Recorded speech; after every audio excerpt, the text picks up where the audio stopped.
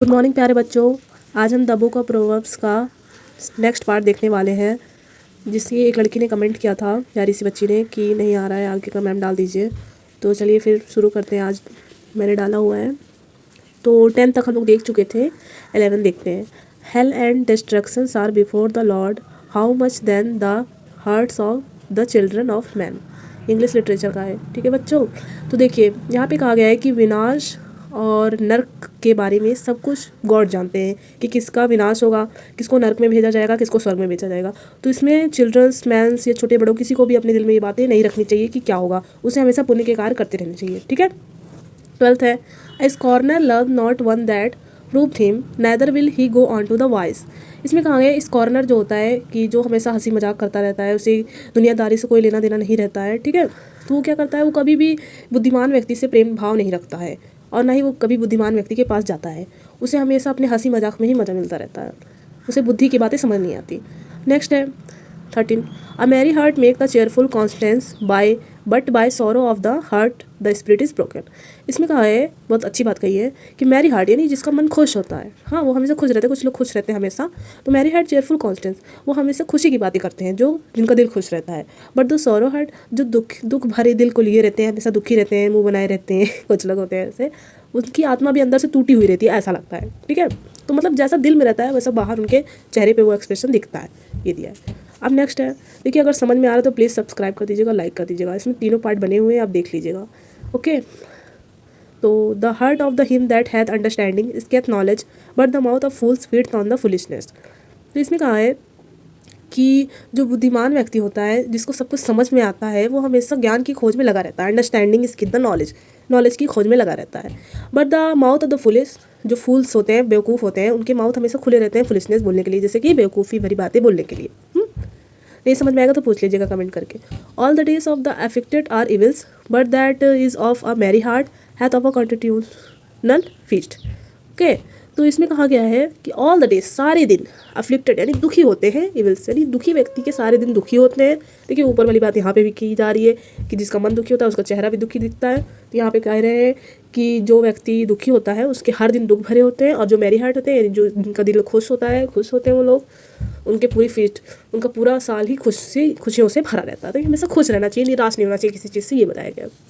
देखिए लास्ट 16, इसने भी बहुत प्यारी बात की है, better is the little with the fear of the Lord than greater treasure and trouble to earth. इसमें देखिए, इसको बताने से पहले मैं एक बात बताती हूँ कि कहते हैं ना कि अगर आप चोरी भी कर रहे हैं तो गॉड आपको देख रहा है, कोई नहीं देख रहा है तो गॉड आपको देख रहा है। तो इसमें ये कह रहे हैं कि गॉड का फेयर हम लोग को रखना चाहिए, उनसे डरना चाहिए थोड़ा सा, किसी भी गलत काम को नहीं करना चाहिए। तो बेटर इज़ द लिटिल यानी थोड़ा ही हमारे लिए बेटर है, fair of the God, fair of the Lord या फिर गॉड कहिए, दोनों एक ही मतलब हुआ है ना। तो अगर हम ईश्वर से डर के अगर हम थोड़ा सा ही रख रहे हैं अपने पास, कमा रहे हैं, रख रहे हैं अपना, और किसी लालच नहीं कर रहे हैं, भ्रष्टाचार नहीं कर रहे हैं कि हम लोग घोल मेल करके ज़्यादा कमा रहे हैं ना, इस तरीके से नहीं कर रहे हैं, तो वो हमारे खजाने से भी ज़्यादा है। अगर हम बड़ा खजाना भी कमा लेंगे, बहुत बड़ी पूंजी कमा लेंगे चोरी करके या फिर कहीं पे खपट करके, तो वो नहीं सही रहेगा। लेकिन अगर हम ईश्वर के डर से थोड़ा सा ही कमा रहे हैं तो हमारे लिए बहुत ही ज़्यादा एक खजाने के बराबर है, ठीक। तो आगे देखते हैं। देखिए, better is the dinner of the helps where love is then the stale dogs and the hated truth.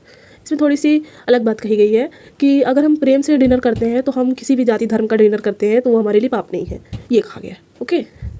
अब 18 है, a wrathful man stirreth of the strife but he that is slow to anger appeaseth strife, okay. तो यहाँ पे wrathful man है जो क्रोधी आदमी होता है, जो हमेशा क्रोध करता है, एंगर करता है, वो किस तरीके का होता है, वो हमेशा झगड़ा खड़ा कर देता है, लोगों में झगड़ा डाल देता है। But he the slow anger, और जो देर से गुस्सा करता है, जो जल्दी गुस्सा करता है वो गुस्सा कर देता है, हर जगह झगड़ा कर देता है, लेकिन जो देर से गुस्सा करता है वो गुस्से को कम कर देता है, झगड़े को कम कर देता है, शांत कर देता है, ठीक। नेक्स्ट है 19, the way of the sloth man is a head of thrones but the way of the writers is made the plane.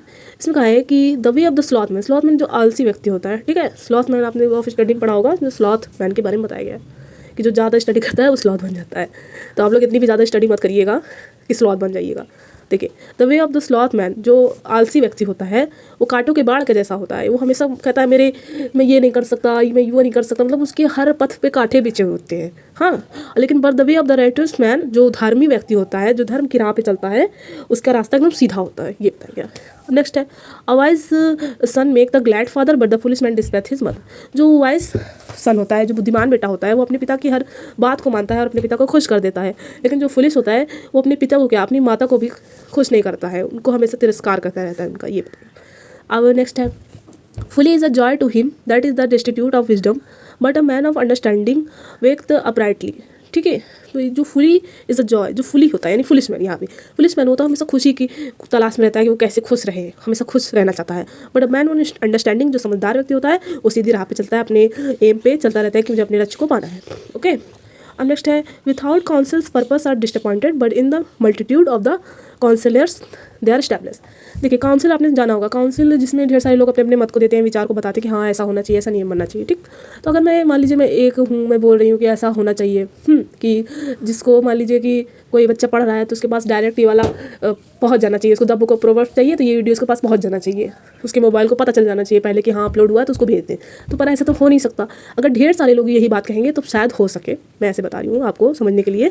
तो यही कहते हैं, जब एक काउंसिल कोई बात कहती है जिसमें 10-15 लोग कहते हैं एक बात को कि हाँ ये होना चाहिए, तब वो बातें मानी जाती है। लेकिन जब एक पर्सन कहता है तो नहीं होता। तो without council purpose are disappointed, नहीं हो पाता, डिसअपॉइंट हो जाता है इंसान। बट इज़ द मल्टीट्यूड, जिसमें ढेर सारे रहते हैं, of the council they are establish, तो वो निर्णय सफल हो जाता है। ये बात की गई। ठीक है, तो कहीं पर आप बोलिए तो ऐसी चीज़ बोलिए जिसको सब लोग सहमति दे सके। ऐसी चीज़ मत बोलिए कि जी सिर्फ आपको ही सही लगे। ठीक है, अगर सबको सही लगेगी तभी आपकी बात मानी जाएगी। तो चलिए फिर आगे का हम लोग नेक्स्ट वीडियो में देखेंगे। वीडियो अच्छी लगी तो प्लीज़ लाइक सब्सक्राइब करिएगा। इसका पार्ट 1 भी दिया हुआ है, लिंक डिस्क्रिप्शन में, आप वहाँ से देख सकते हैं। और नेक्स्ट पार्ट भी जल्दी मिलेगा आपको। और अगर आप सब्सक्राइब कर देंगे तो आपको जल्दी ही मिल जाएगा, तुरंत आपको पता चल जाएगा कि हाँ वीडियो अपलोड हो गई है। फिर थैंक यू बच्चों।